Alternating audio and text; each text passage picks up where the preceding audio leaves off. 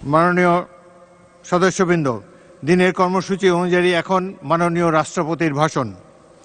মাননীয় সদস্যবৃন্দ, গণপ্রজাতন্ত্রী বাংলাদেশের সংবিধানের 73/2 অনুচ্ছেদ অনুযায়ী সংসদ সদস্যদের প্রত্যেক সাধারণ নির্বাচনের পর প্রথম অধিবেশনের সূচনায় এবং প্রত্যেক বছর প্রথম অধিবেশনের সূচনায় মহামান্য রাষ্ট্রপতি সংসদে ভাষণ প্রদান করেন। মাননীয় সদস্যবৃন্দ, কিছুক্ষণের মধ্যে গণপ্রজাতন্ত্রী বাংলাদেশের মহামান্য রাষ্ট্রপতি জনাব মোহাম্মদ শাহাবুদ্দিন ত্রয়োদশ জাতীয় সংসদের প্রথম অধিবেশনের সূচনায় ভাষণ প্রদানের জন্য সংসদ কক্ষে আগমন করবেন। মাননীয় সদস্যবৃন্দ, আমি এখন মহামান্য রাষ্ট্রপতি জনাব মোহাম্মদ শাহাবুদ্দিনকে তার মূল্যবান ভাষণ প্রদানের জন্য অনুরোধ জানাচ্ছি।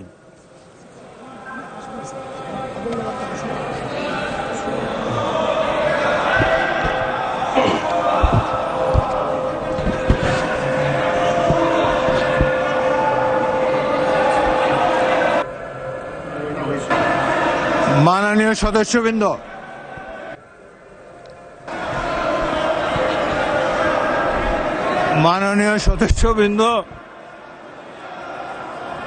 অনুগ্রহ করে আমার কথা শোনার চেষ্টা করুন। মাননীয় সদস্যবৃন্দ, আমরা মহান জাতীয় সংসদে কার্যপ্রণালী বিধি, সংবিধান এবং রেওয়াজসমূহ অনুসরণ করতে চাই। আপনারা এখানে কোনো খারাপ প্রেসিডেন্স উত্থাপন করবেন না। দয়া করে আপনাদের আসনে বসুন এবং মহামান্য রাষ্ট্রপতির ভাষণ শোনার জন্য অপেক্ষা করুন।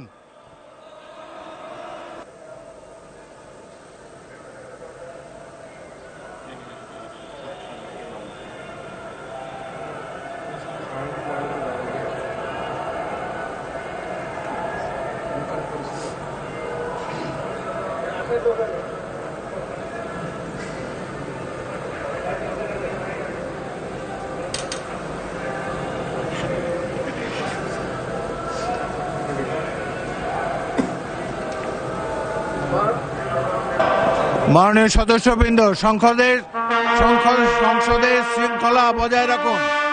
অপেক্ষা করুন ভাষণের জন্য।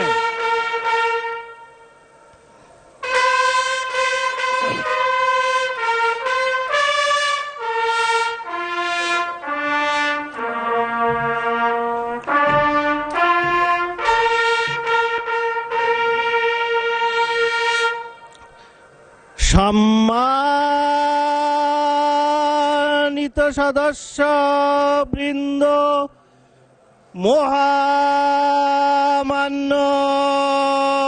রাষ্ট্রপতি,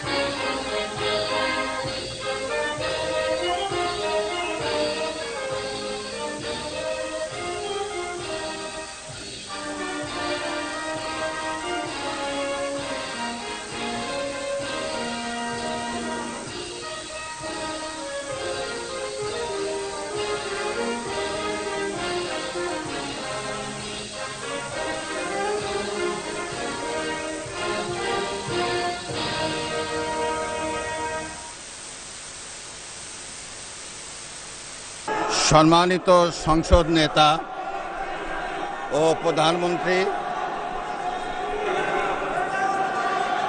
জনাব স্পিকার ও ডিপ্টি স্পিকার, হিজ এক্সেলেন্সিস,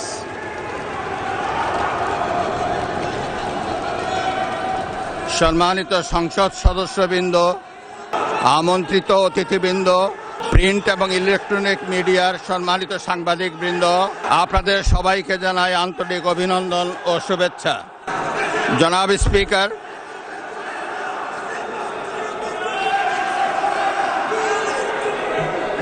ত্রয়োদশ জাতীয় সংসদের এই উদ্বোধনী অধিবেশনে বাংলাদেশের ইতিহাসের এক ঐতিহাসিক মুহূর্ত। হাজারো শহীদের রক্তের সিঁড়ি বেয়ে দীর্ঘ ১.৫ দশকের ফ্যাসিবাদী শাসনের অবসানের পর একটি শান্তিপূর্ণ, অবাধ, সুষ্ঠু ও নিরপেক্ষ নির্বাচনের মাধ্যমে নির্বাচিত প্রতিনিধিদের নিয়ে এই মহান জাতীয় সংসদের যাত্রা শুরু হয়েছে। ত্রয়োদশ জাতীয় সংসদ নির্বাচনে অংশগ্রহণকারী সকল রাজনৈতিক দল এবং এই নির্বাচন আয়োজনের সঙ্গে সংশ্লিষ্ট সকলের প্রতি আন্তরিক অভিনন্দন। অবাধ, সুষ্ঠু ও নিরপেক্ষ নির্বাচন আয়োজনের জন্য নির্বাচন কমিশন, মাঠ প্রশাসন, আইন শৃঙ্খলা রক্ষাকারী বাহিনী সহ প্রজাতন্ত্রের কর্মচারীদের নিরলস পরিশ্রম এবং নির্বাচনে অংশগ্রহণকারী সকল রাজনৈতিক দল ও ব্যক্তি, আন্তরিক উদ্যোগ এবং সাধারণ জনগণের স্বতঃস্ফূর্ত অংশগ্রহণ গণতন্ত্রের ইতিহাসে একটি উজ্জ্বল দৃষ্টান্ত হয়ে থাকবে। বিএনপির চেয়ারম্যান জনাব তারেক রহমানের নেতৃত্বে বর্তমান জাতীয় সংসদে বিএনপি ও সমমনা দলগুলোর 2/3 বেশি আসনে বিপুল ভোটে জয়লাভ করেছে। জাতীয় সংসদে একটি শক্তিশালী বিরোধী দলের পাশাপাশি কয়েকজন স্বতন্ত্র সদস্যও রয়েছেন। আমি এই সংসদে আপনার মাধ্যমে প্রধানমন্ত্রী তারেক রহমান এবং তার নেতৃত্বে গঠিত নতুন সরকারকে আন্তরিক অভিনন্দন জানাচ্ছি। জাতীয় সংসদের সকল সদস্যের প্রতিও রইল আমার প্রাণ ঢালা শুভেচ্ছা ও অভিনন্দন। আমি মহান মুক্তিযুদ্ধের লাখো শহীদ এবং বীর মুক্তিযোদ্ধাদের শ্রদ্ধার সঙ্গে স্মরণ করছি। একই সাথে স্মরণ করছি বীরাঙ্গনা মা বোনদের এবং আমাদের সকল শহীদদের যারা বিভিন্ন গণতান্ত্রিক আন্দোলনে শহীদ হয়েছেন। স্বাধীনতার ঘোষক শহীদ রাষ্ট্রপতি জিয়াউর রহমান বীরুত্তম স্বাধীনতা এবং মুক্তিযুদ্ধের ইতিহাসের সকল নেতার অবদানকেও আমি শ্রদ্ধার সঙ্গে স্মরণ করছি। বাংলাদেশের 3 বারের নির্বাচিত সাবেক প্রধানমন্ত্রী ও বিএনপির সাবেক চেয়ারপারসন দেশনেত্রী বেগম খালেদা জিয়ার অবদানকে শ্রদ্ধার সঙ্গে স্মরণ করছি, যিনি দেশে সংসদীয় গণতন্ত্র প্রতিষ্ঠা করেছেন। গণতন্ত্র প্রতিষ্ঠার লড়াইয়ে প্রতিবার সামনের কাতারে থেকে আপোষহীন নেতৃত্ব দিয়েছেন। জনাব স্পিকার, বাংলাদেশের গণতন্ত্রের ইতিহাসে 2024 সালের জুলাই আগস্ট মাসে ছাত্র জনতার গণ অভ্যুত্থান একটি গুরুত্বপূর্ণ ঘটনা। কোটা সংস্কার আন্দোলন থেকে এক পর্যায়ে এটি ফ্যাসিবাদ বিরোধী আন্দোলনে রূপ নেয়। দেশের ছাত্র জনতা, কৃষক, শ্রমিক, শিক্ষক, সাংবাদিক, বুদ্ধিজীবী, প্রবাসী তথা সকল শ্রেণী পেশার মানুষ গণতন্ত্রের পক্ষে রাজনৈতিক দলসহ সকলের সম্মিলিত আন্দোলনের ফলে 2024 সালের 5ই আগস্ট তৎকালীন ফ্যাসিস্ট সরকারের পতন ঘটে। হাজারো শহীদের রক্তের উপর দিয়ে তাবেদার ও ফ্যাসিবাদ মুক্ত নতুন গণতান্ত্রিক বাংলাদেশের সূচনা হয়। আমি 2024 সালের জুলাই আগস্ট ছাত্র জনতার গণ অভ্যুত্থানে শহীদ ও আহতদের এবং দীর্ঘ 1.5 দশকের ফ্যাসিবাদী শাসন আমলে গুম, খুন, বিচার বহির্ভূত হত্যাকাণ্ড এবং ফ্যাসিবাদ বিরোধী আন্দোলনে নির্যাতন ও নিপীড়নের শিকার সাধারণ মানুষ ও রাজনৈতিক দলের সদস্যবৃন্দকে কৃতজ্ঞতার সঙ্গে স্মরণ করছি, যাদের অসামান্য ত্যাগের মাধ্যমে বাংলাদেশ ফ্যাসিবাদ মুক্ত হয়ে গণতন্ত্রের পথে যাত্রা শুরু করেছে। সকলকে জানাই আমার আন্তরিক শ্রদ্ধা। 2024 সালের গণ অভ্যুত্থানে সহস্রাধিক মানুষ শহীদ হয়েছেন। নারী, পুরুষ, শিশুসহ আহত ও পঙ্গু হয়েছেন কমপক্ষে 30,000 মানুষ। 5 শতাধিক মানুষ চোখ হারিয়ে অন্ধত্ব বরণ করেছেন। 1971 সালের স্বাধীনতা অর্জনের যুদ্ধ, 2024 সালের দেশ এবং জনগণের স্বাধীনতা রক্ষার যুদ্ধ সহ এ যাবৎকাল দেশের ইতিহাসের সকল গণতান্ত্রিক আন্দোলনের শহীদদের আকাঙ্ক্ষিত বাংলাদেশ প্রতিষ্ঠার লক্ষ্যে সরকার কার্যক্রম অব্যাহত রেখেছে। 2024 সালে ছাত্র জনতার গণ অভ্যুত্থানে আহতদের দেশের বিভিন্ন হাসপাতালে চিকিৎসা চলমান রয়েছে। 137 জন গুরুতর আহত জুলাই যোদ্ধাকে উন্নত চিকিৎসার জন্য বিদেশে পাঠানো হয়েছে। আহতদের 12,043টি স্বাস্থ্য কার্ড দেওয়া হয়েছে। 1971 সালের বীর মুক্তিযোদ্ধা ও 2024 সালের জুলাই যোদ্ধাদের চিকিৎসা সহায়তা ও ভাতা অনলাইন ব্যাংকিং সিস্টেমে পরিচালিত হচ্ছে। সরকার জুলাই গণ অভ্যুত্থানের ইতিহাস সংরক্ষণ, গবেষণা, উন্নয়ন, দিবস উদযাপন সহ নানামুখী কার্যক্রম ও বাস্তবায়ন করে যাচ্ছে। বিশ্ব শিশু দিবস ও শিশু অধিকার সপ্তাহ 2025 উদযাপন উপলক্ষে 2025 সালের 6 অক্টোবর সরকার জুলাইয়ের গণ অভ্যুত্থানে শিশু শহীদদের 60টি পরিবারকে এককালীন 50,000 টাকা সমমূল্যের প্রাইজ বন্ড এবং সম্মাননা স্মারক প্রদান করেছে। ওসমানী উদ্যানে জুলাই স্মৃতিস্তম্ভ নির্মাণের উদ্যোগ গ্রহণ করা হয়েছে। জুলাই আগস্ট গণ অভ্যুত্থানে শহীদদের স্মরণে শহীদি মৃত্যুর নির্দিষ্ট স্থানে স্ট্রিট মেমোরি স্ট্যাম্প স্থাপনের উদ্যোগ গ্রহণ করা হয়েছে। শহীদদের কবর সংরক্ষণ করা হয়েছে। জুলাই শহীদদের স্মৃতি অম্লান রাখতে জুলাই অভ্যুত্থানের স্মৃতি জাদুঘর এবং 64টি জেলায় স্মৃতিস্তম্ভ স্থাপন করা হয়েছে। জাতীয়ভাবে 36 দিনব্যাপী জুলাই পুনর্জাগরণের অনুষ্ঠানমালা 2025 বাস্তবায়িত হয়েছে। জনাব স্পিকার, আজ এই মহান সংসদে আমি অন্তর্বর্তীকালীন সরকারের কার্যক্রম এবং বর্তমান সরকারের কার্যক্রম ও পরিকল্পনার সারসংক্ষেপ তুলে ধরছি।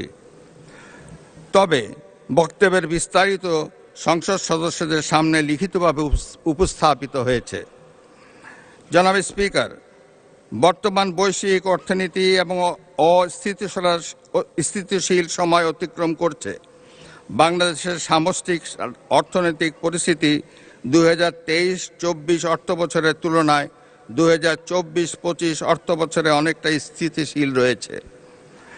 রেমিটেন্স সহ আরও কয়েকটি সূচক ইতিবাচক ধারায় ফিরতে শুরু করেছে।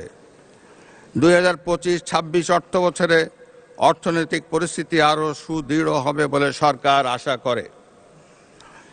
একদিকে বিশ্বে যুদ্ধ পরিস্থিতি এবং অপর দিক থেকে মুদ্রাস্ফীতি, রাজস্ব জিডিপির নিম্ন হার, এ ধরনের বিদ্যমান পরিস্থিতিতে দেশের অর্থনীতিতে নানা চ্যালেঞ্জ রয়েছে। পয়েন্ট টু পয়েন্ট মূল্যস্ফীতি 2025 সালের জানুয়ারি মাসে 9.94% থেকে হ্রাস পেয়ে 2026 সালের জানুয়ারি মাসে 8.58% দাঁড়িয়েছে। আশা করা যায় পরবর্তী মাসগুলোতে মূল্যস্ফীতি হ্রাসের ধারা অব্যাহত থাকবে। তৈরি পোশাক খাত থেকে গত এক বছরে 39.35 বিলিয়ন ইউএস ডলার অর্জিত হয়েছে। 2024-25 অর্থবছরে রপ্তানি 8.60% বৃদ্ধি পেয়ে 48,300 মিলিয়ন ইউএস ডলারে দাঁড়িয়েছে। 2026 সালের 19 ফেব্রুয়ারি বৈদেশিক মুদ্রা রিজার্ভ দাঁড়িয়েছে 34.78 বিলিয়ন ইউএস ডলার। বর্তমান সরকার আরও নতুন রপ্তানি খাত এবং রপ্তানি বাজার আরও সম্প্রসারিত করার লক্ষ্য নিয়ে সুনির্দিষ্ট কর্মসূচি বাস্তবায়নের কার্যক্রম শুরু করেছে।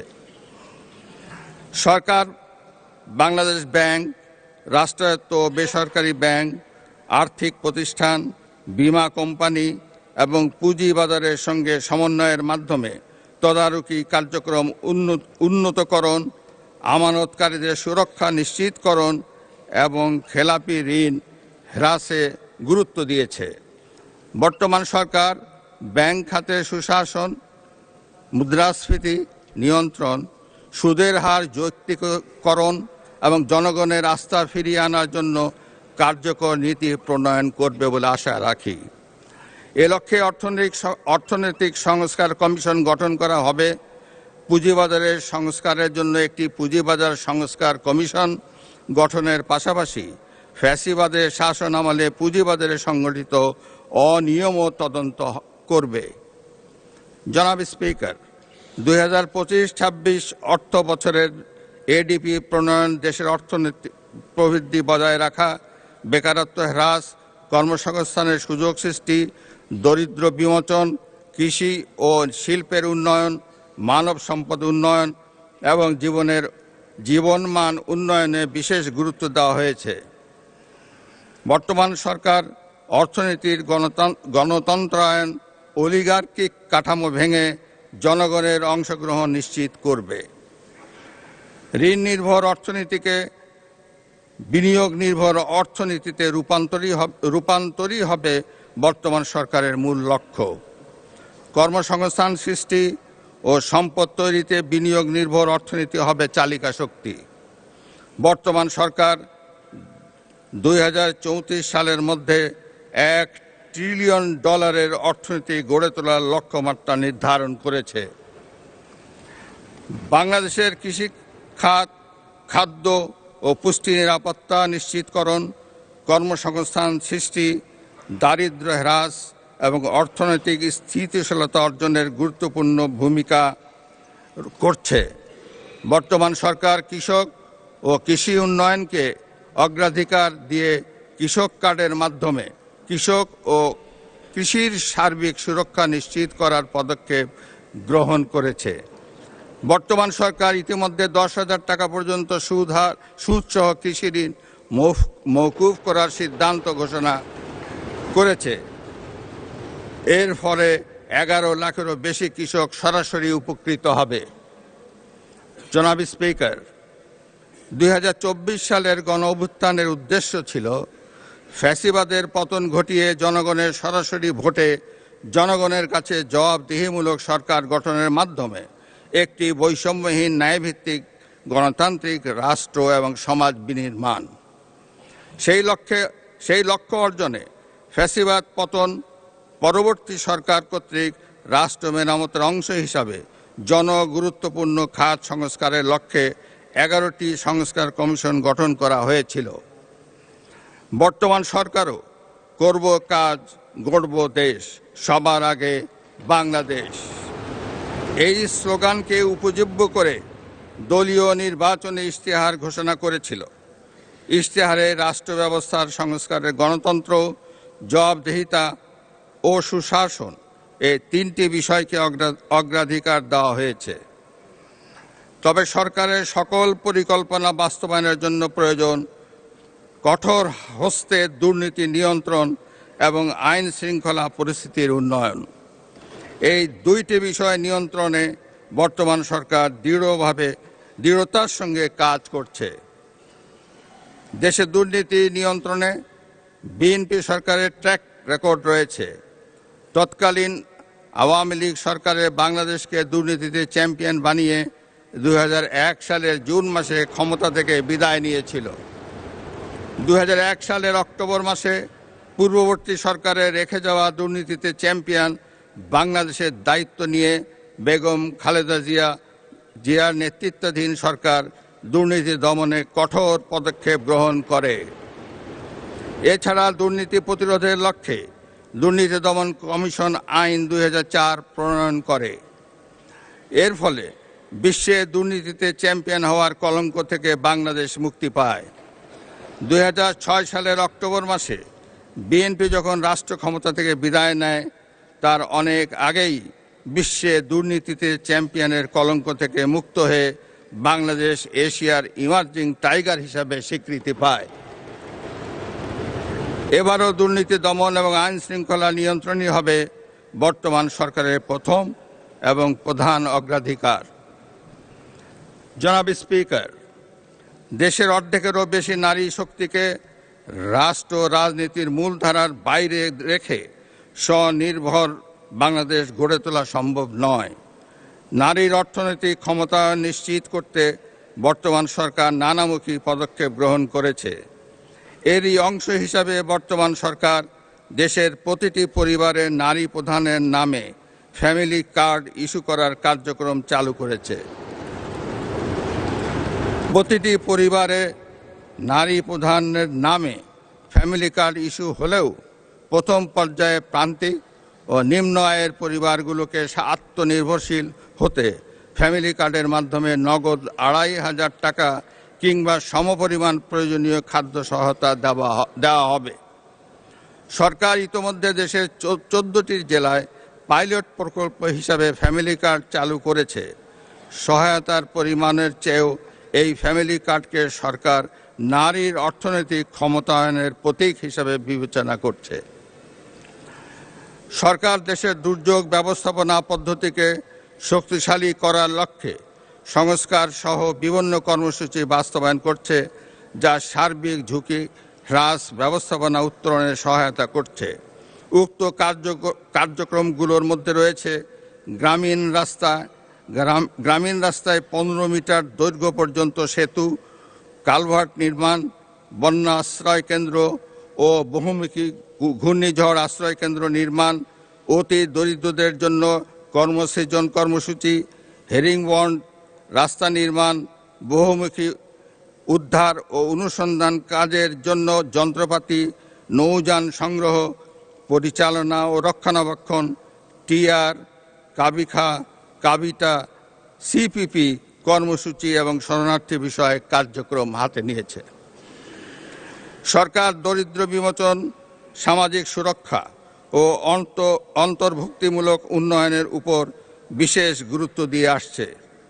দেশের প্রতিবন্ধী ব্যক্তি, বয়স্ক, বিধবা, স্বামী নিগৃহীতা নারী, দুস্থ ও অসহায় জনগোষ্ঠীর জন্য সামাজিক নিরাপত্তা, মানব সম্পদ উন্নয়ন ও পুনর্বাসনমূলক কার্যক্রমের আওতায় 1,30,00,000-এরও বেশি মানুষ উপকৃত হচ্ছেন। বর্তমান সরকার বিশেষ চাহিদা সম্পন্ন জনগোষ্ঠীর কল্যাণ নিশ্চিত করতে বিশেষায়িত স্বাস্থ্যসেবা ইউনিট ও স্কুল প্রতিষ্ঠা, কারিগরি শিক্ষায় স্কলারশিপ প্রদান করবে। তাদের সেবা নিশ্চিত করতে স্বতন্ত্র অধিদপ্তর গঠন করা হবে।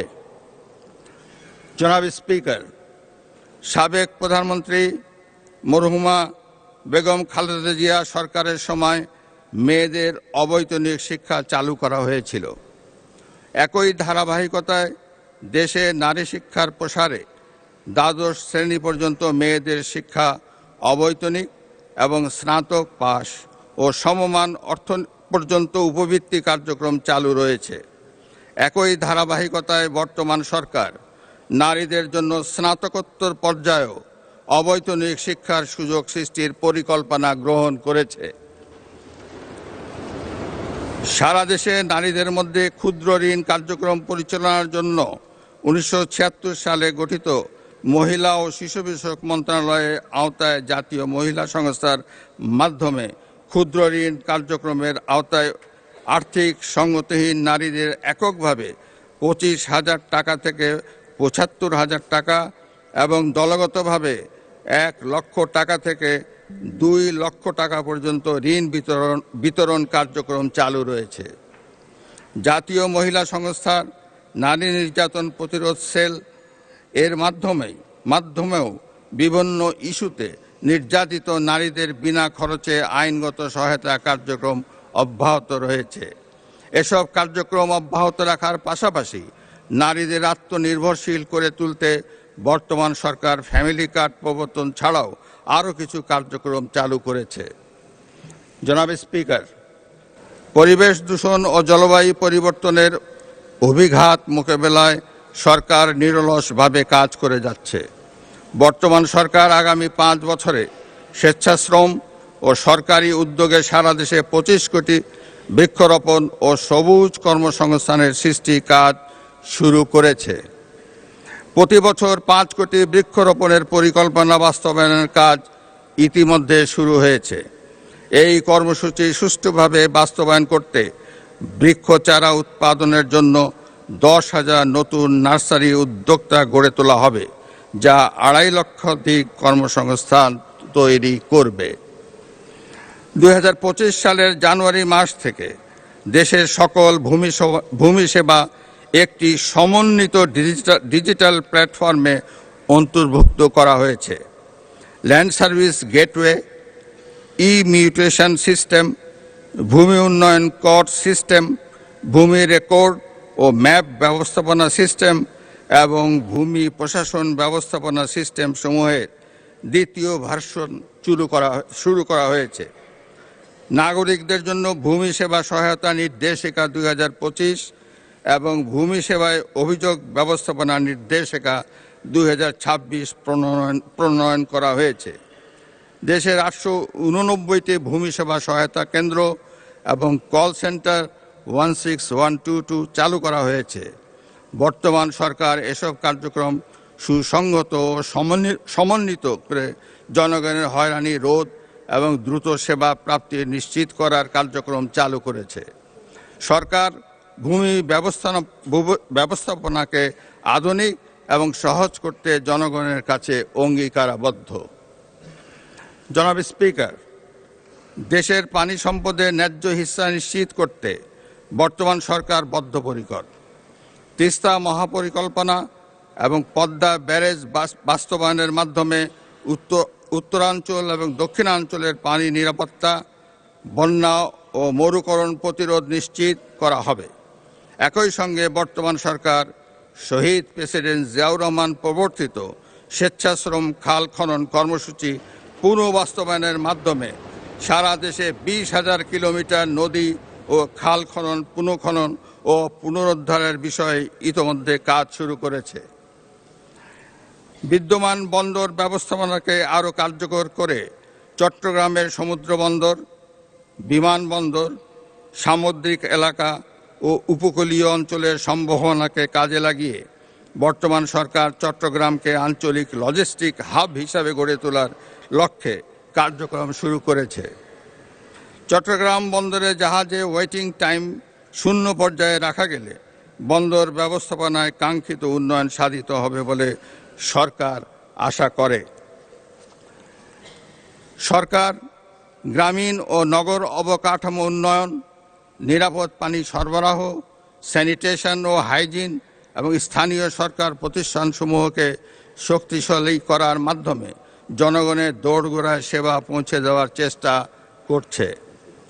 এলজিইডির মাধ্যমে সড়ক উন্নয়ন ও ফুটপাত, সেতু ও কালভার্ট, সাইক্লোন শেল্টার এবং উপজেলা কমপ্লেক্স ভবন নির্মাণ এবং সম্প্রসারণ করা হচ্ছে।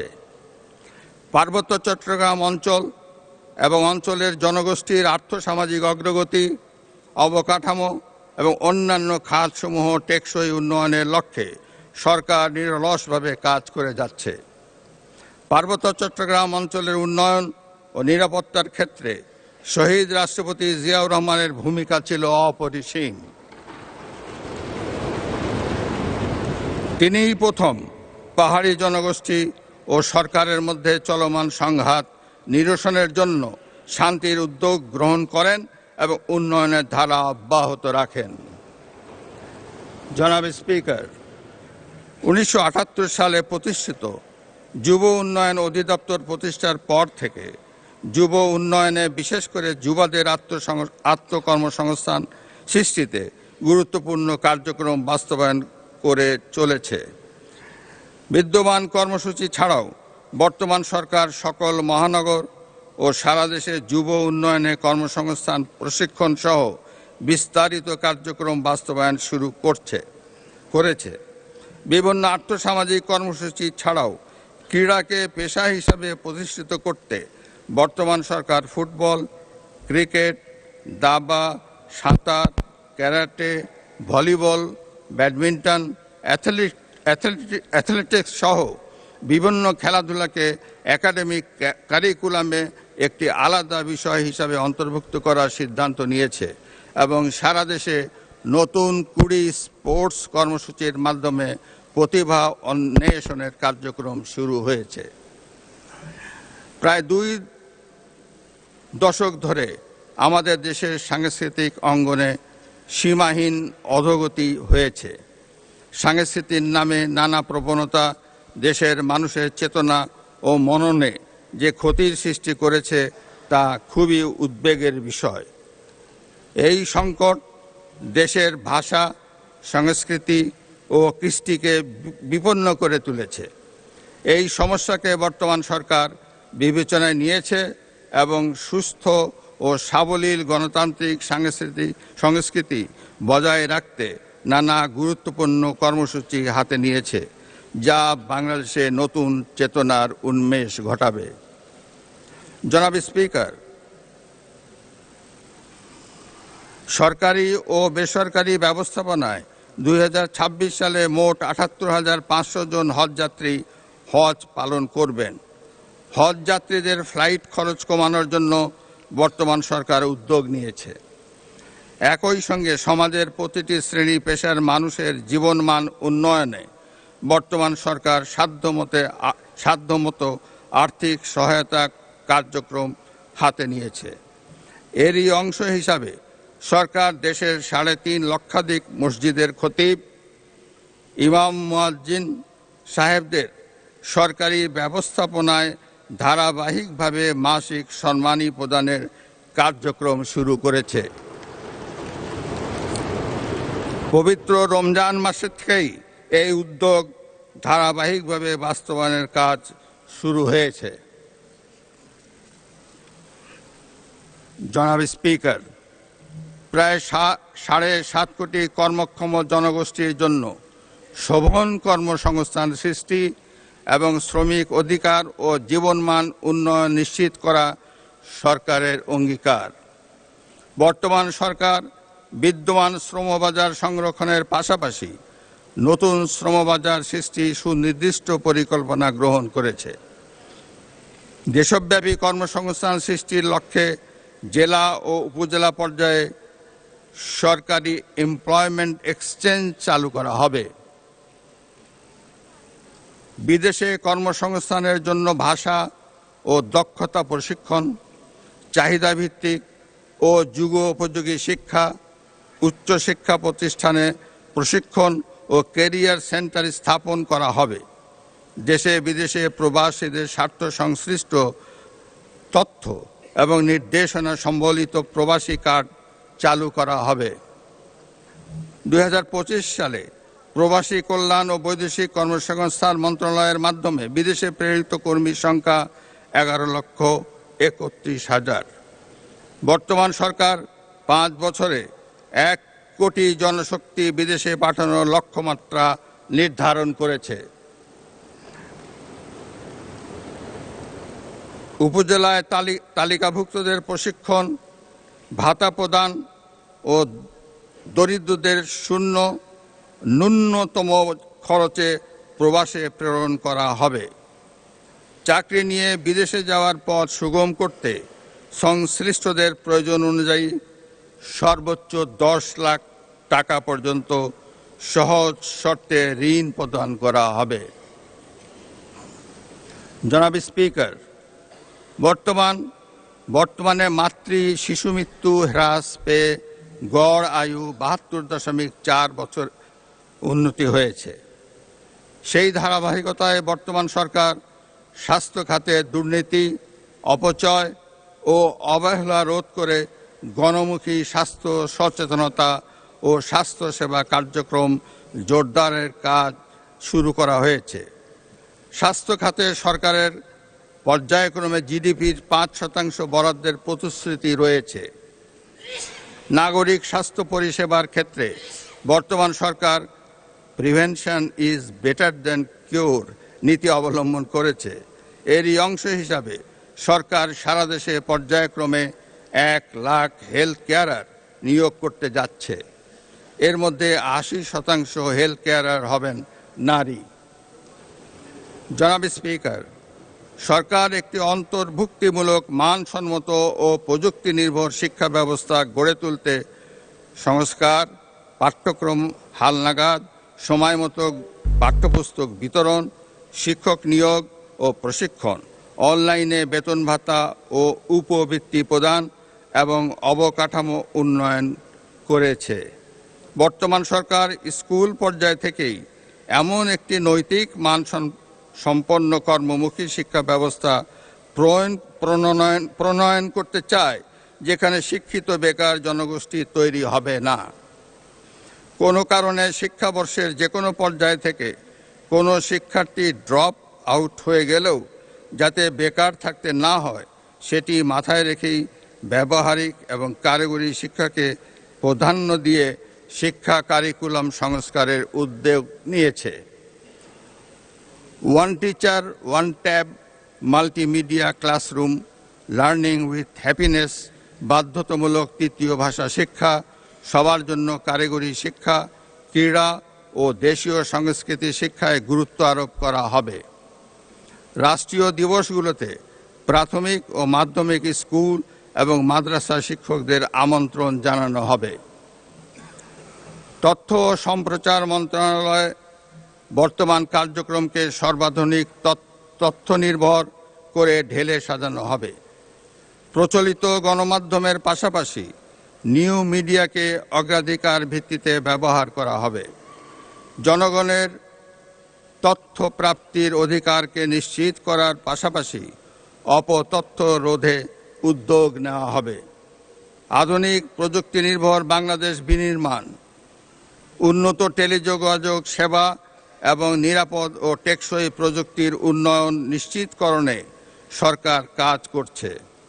বর্তমান সরকার তথ্য ও প্রযুক্তি খাতকে বিশেষ অগ্রাধিকার প্রাপ্ত খাত এবং দেশের অর্থনৈতিক প্রবৃদ্ধি নতুন চালিকা শক্তি হিসাবে চিহ্নিত করেছে। এ লক্ষ্য পূরণে সরকার বাংলাদেশকে বৈশ্বিক পর্যায়ে একটি অন্যতম এআই হাব এবং হার্ডওয়্যার উৎপাদন কেন্দ্রে পরিণত করবে। এই খাতে 10 লক্ষ নতুন কর্মসংস্থান সৃষ্টি, সবার জন্য দ্রুত ও নির্ভরযোগ্য ইন্টারনেট সেবা নিশ্চিত করা হবে।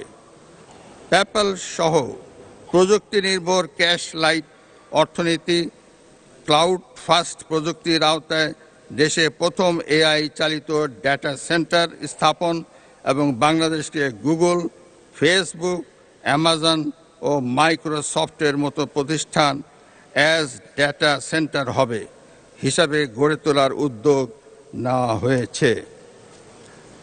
দেশের অর্থনীতিকে শক্তিশালী করার জন্য প্রতিবন্ধী সহ যুবক যুবতী, উদ্যোক্তা ও স্টার্ট আপদের জন্য প্রশিক্ষণ, অনুদান ও মেন্টরশিপ চালু করা হয়েছে। দেশব্যাপী ই সেবা প্রদানে ন্যাশনাল পোর্টাল ফ্রেমওয়ার্ক 2.0 চালুকরণ সহ ব্রডব্যান্ড কানেক্টিভিটিস, স্কুল ল্যাব, মুক্ত পাঠ, ই লার্নিং, ডিজিটাল স্বাক্ষর ও মাই গভ প্ল্যাটফর্মের মাধ্যমে নাগরিকদের সেবা সহজীকরণের পাশাপাশি অনলাইন সত্যায়ন, ই টিকেটিং ও এক পে সুবিধার প্রসারিত করা হয়েছে। বিনিয়োগ বান্ধব নীতি, স্টার্টআপ ও উদ্ভাবন ফান্ড, উন্মুক্ত প্রতিযোগিতা এবং সাশ্রয়ী সেবা প্রদান নিশ্চিত করা হবে। বন্ধ পাট কল সহ অন্যান্য কল কারখানা পর্যায়ক্রমে চালুর মাধ্যমে কর্মসৃজনের ব্যবস্থা করা হবে। জনাব স্পিকার, দেশের জ্বালানি নিরাপত্তা নিশ্চিতকরণ, জীবাশ্ম জ্বালানি সহ আমদানি ভিত্তিক জ্বালানির উপর নির্ভরশীলতা হ্রাস করে নবায়নযোগ্য জ্বালানি হতে বিদ্যুৎ উৎপাদন বৃদ্ধির উপর সরকার গুরুত্ব আরোপ করেছে। বর্তমান সরকার বিদ্যুৎ ও জ্বালানি খাত উন্নয়নে উৎপাদন ও সঞ্চালন সক্ষমতা বৃদ্ধি কল্পে 2030 সালের মধ্যে বিদ্যুৎ উৎপাদন ক্ষমতা 35,000 মেগাওয়াটে উন্নীত করা এবং সঞ্চালন লাইন 25,000 সার্কিট কিলোমিটারে সম্প্রসারণ করা হবে। 2026 সালে 31টি কূপ খননের মাধ্যমে গ্যাস উৎপাদন বৃদ্ধি করে 327 মিলিয়ন ঘনফুট গ্যাস জাতীয় গ্রিডে সংযুক্ত করা হবে। উৎপাদন বণ্টনে চুক্তির আওতায় স্থলভাগ ও সমুদ্র অঞ্চলে তেল গ্যাস অনুসন্ধানের লক্ষ্যে শীঘ্রই বিডিং রাউন্ড আহ্বান করা হবে।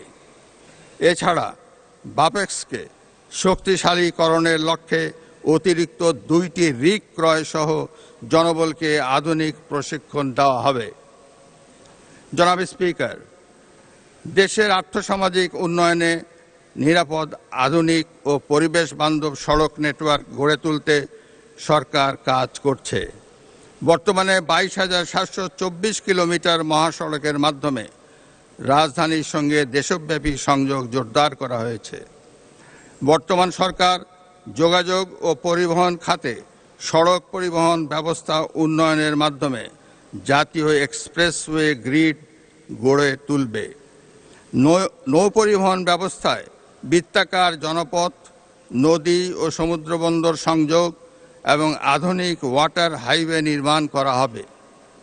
সারা দেশে রেল যোগাযোগ ব্যবস্থা সম্প্রসারণ, রেল পরিচালনা আধুনিকায়ন এবং এক্সপ্রেস সার্ভিস বৃদ্ধি করা হবে।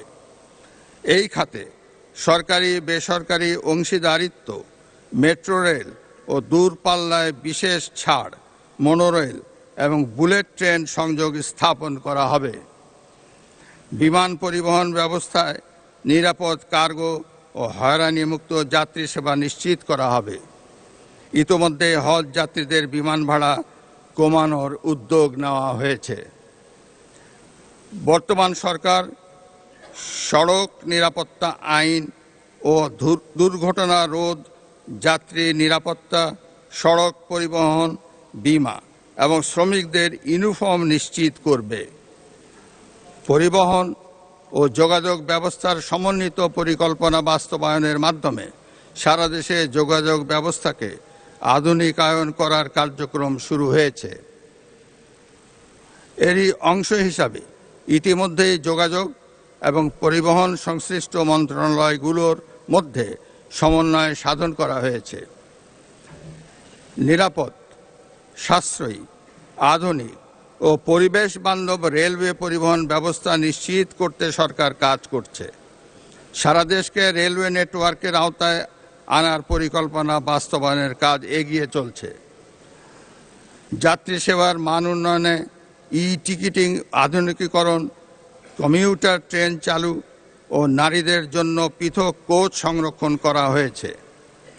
অবৈধ দখলকৃত ভূমি উদ্ধার ও বরাদ্দ প্রদান, রেলওয়ে ট্রেনিং একাডেমি আধুনিকীকরণ, ব্রড গেজ ও মিটার গেজ লোকোমোটিভ ওয়াগন ও লাগেজ ভ্যান সংগ্রহ করা হয়েছে। বর্তমান সরকার 2034 সালের মধ্যে বাংলাদেশকে দক্ষিণ ও দক্ষিণ পূর্ব এশিয়ার অন্যতম প্রধান এভিয়েশন হাব ও দেশি বিদেশি পর্যটকদের জন্য বাংলাদেশকে আকর্ষণীয় পর্যটন গন্তব্যে রূপান্তরের উদ্যোগ নিয়েছে। ইতোমধ্যে জাতীয় পর্যটন দিবসকে গ শ্রেণী থেকে খ শ্রেণীতে উন্নীত করা হয়েছে। হজরত শাহজালাল আন্তর্জাতিক বিমানবন্দরের 3য় টার্মিনাল সহ অন্যান্য অবকাঠামো নির্মাণের প্রথম পর্যায়ে প্রকল্পের কাজ প্রায় সমাপ্ত হয়েছে। বর্তমান সরকার খুব শীঘ্রই তা চালুর উদ্যোগ নিচ্ছে। জনাব স্পিকার, মেরিটোক্রেসির মাধ্যমে বাংলাদেশ বিনির্মাণে প্রশাসনিক সংস্কার কমিশন গঠন ও বাংলাদেশ সরকারি কর্ম কমিশনকে শক্তিশালীকরণ, জবাবদিহিমূলক ও দলীয়করণ মুক্ত জনপ্রশাসন প্রতিষ্ঠা করা হবে। সরকারি চাকরিতে সরাসরি নিয়োগের ক্ষেত্রে বয়সসীমা 30 থেকে 32 বছর নির্ধারণ করা হয়েছে। জনাব স্পিকার, বিতাড়িত ফ্যাসিবাদী শাসন আমলে আইন শৃঙ্খলা রক্ষাকারী বাহিনীকে দলীয় বাহিনী হিসাবে ব্যবহার করা হয়েছিল। বর্তমান সরকার আইন শৃঙ্খলা রক্ষাকারী বাহিনীকে সম্পূর্ণ পেশাদার, আধুনিক এবং দক্ষ বাহিনী হিসাবে গড়ে তুলতে বদ্ধপরিকর। সেবাবান্ধব পুলিশ গঠন, পুলিশের নৈতিক মনোবল পুনর্গঠন, অনলাইন অভিযোগ দায়ের ব্যবস্থা সম্প্রসারণ, পুলিশ কমিশন অধ্যাদেশ পুনর্নিরীক্ষণ করা হবে। দেশের আইন শৃঙ্খলা রক্ষা এবং পুলিশের সক্ষমতা বাড়াতে বর্তমান সরকার পুলিশে আরও 4000 সাব ইন্সপেক্টর এবং 10,000 নতুন কনস্টেবল নিয়োগ দিবে। একই সঙ্গে পুলিশ সার্জেন্টের 180 শূন্য পদে নিয়োগ চূড়ান্ত করবে। দেশে কারাগার ব্যবস্থাপনার অংশ হিসাবে 5টি নতুন কারাগার চালু করা হয়েছে।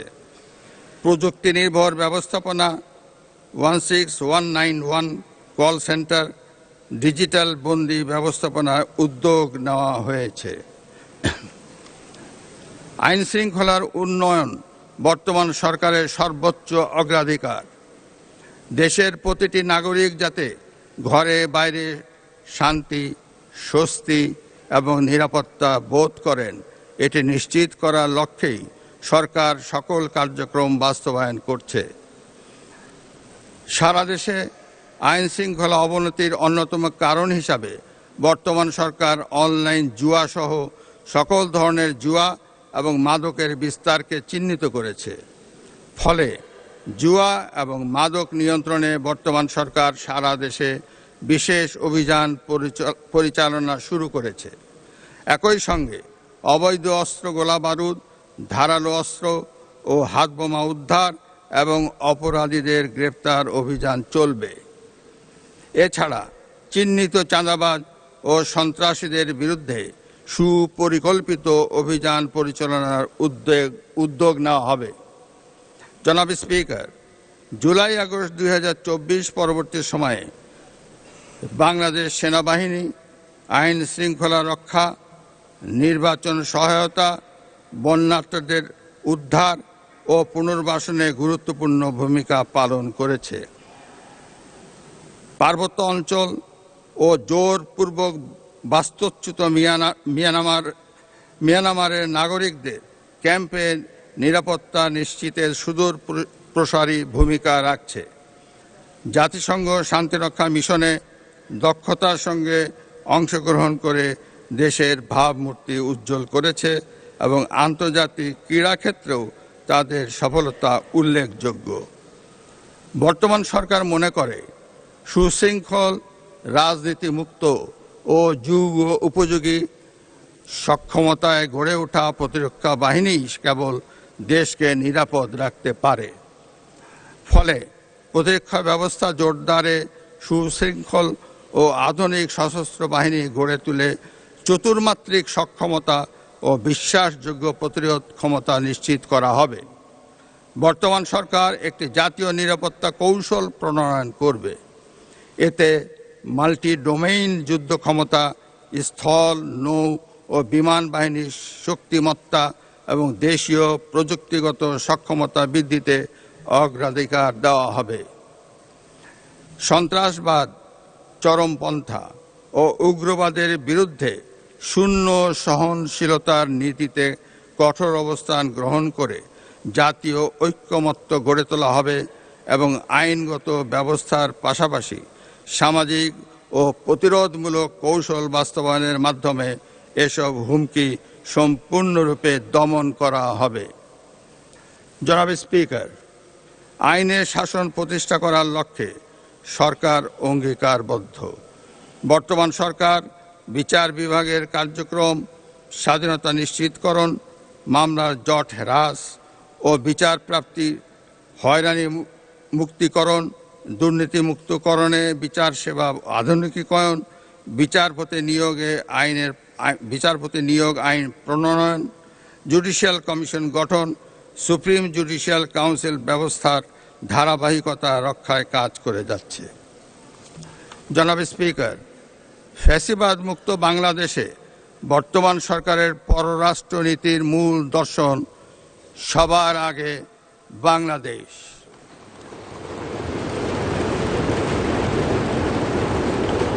দেশের স্বাধীনতার সার্বভৌমত্ব, ভৌগোলিক অখণ্ডতা, জাতীয় স্বার্থ, জাতীয় নিরাপত্তা এবং জনগণের কল্যাণ সর্বাগ্রে প্রাধান্য পাবে। সকল রাষ্ট্রের সঙ্গে সমতা, ন্যায্যতা, বাস্তবধর্মী পারস্পরিক স্বার্থের স্বীকৃতি ভিত্তিক এবং আন্তর্জাতিক বিধিবিধান অনুযায়ী দ্বিপাক্ষিক ও বহুপাক্ষিক সম্পর্ক প্রতিষ্ঠা নীতি অনুসৃত হবে। বাংলাদেশ অন্য কোনো রাষ্ট্রের আভ্যন্তরীণ বিষয়ে হস্তক্ষেপ করবে না এবং অন্য কোনো রাষ্ট্রকেও বাংলাদেশের আভ্যন্তরীণ বিষয়ে হস্তক্ষেপ করতে দেবে না। অর্থনৈতিক, বাণিজ্যিক ও অভিবাসন কূটনীতির উপর বিশেষ গুরুত্ব আরোপ করা হবে। রপ্তানি বৈচিত্র্য বৃদ্ধি, নতুন বাজার অনুসন্ধান এবং শুল্ক ও বাণিজ্য সুবিধা রক্ষায় কার্যকর কূটনীতি গ্রহণ করা হবে। জনাব স্পিকার, ফ্যাসিবাদী শাসন আমলে সাংবিধানিক প্রতিষ্ঠান নির্বাচন কমিশনের প্রতি জন আস্থা শূন্যের কোঠায় নামিয়ে আনা হয়েছিল। ত্রয়োদশ জাতীয় নির্বাচনের মাধ্যমে নির্বাচন কমিশনের প্রতি জনগণের আস্থা ফিরে এসেছে। নির্বাচন কমিশন যাতে জনগণের আস্থা ও বিশ্বাসে বলীয়ান থাকতে পারে, বর্তমান সরকার আগামী দিনের নির্বাচনী কার্যক্রমে সেটি সমুন্নত রাখবে। নির্বাচন কমিশনের মতো দেশের প্রতিষ্ঠানগুলো যাতে আইন অনুযায়ী স্বাধীনভাবে নিজেদের কার্যক্রম পরিচালনা করতে পারে, বর্তমান সরকার সেটি নিশ্চিত করবে। জনাব স্পিকার, জনগণের রাজনৈতিক এবং অর্থনৈতিক ক্ষমতায়ন ছাড়া দেশের টেকসই উন্নয়ন সম্ভব নয়। রাষ্ট্র পরিচালনার সকল কার্যক্রমে জনগণের গণতান্ত্রিক অধিকার প্রতিষ্ঠা ও চর্চার ক্ষেত্রে বর্তমান সরকার প্রতিশ্রুতিবদ্ধ। একটি ভঙ্গুর অর্থনৈতিক পরিস্থিতির মধ্য দিয়ে সরকার একটি ন্যায়ভিত্তিক, মানবিক, স্বনির্ভর ও গণতান্ত্রিক বাংলাদেশ প্রতিষ্ঠার পথে এগিয়ে চলছে। এক্ষেত্রে নবগঠিত সরকারের সামনে দারিদ্র্য বিমোচন, দুর্নীতি দমন ও আইন শৃঙ্খলা নিয়ন্ত্রণই বিরাট চ্যালেঞ্জ। পথ কঠিন হলেও রাজনৈতিক সদিচ্ছা থাকলে এই বাধা অতিক্রম কখনোই অসম্ভব নয়। ব্যক্তির চেয়ে দল বড়, দলের চেয়ে দেশ বড়, এই বিশ্বাসে উদ্বুদ্ধ হয়ে সবাই মিলেমিশে ঐক্যবদ্ধভাবে কাজ করলে আমরাই ভবিষ্যৎ প্রজন্মের জন্য একটি নিরাপদ বাংলাদেশ গঠন করতে সক্ষম হব ইনশাআল্লাহ। জনাব স্পিকার, আপনাকে ও আপনার মাধ্যমে প্রিয় দেশবাসীকে এবং ত্রয়োদশ জাতীয় সংসদের সকল সদস্যকে আবারও জানাই আন্তরিক ধন্যবাদ ও মোবারকবাদ এবং নতুন সংসদের সাফল্য কামনা করে আমি আমার বক্তব্য শেষ করছি। আল্লাহ হাফেজ। বাংলাদেশ জিন্দাবাদ।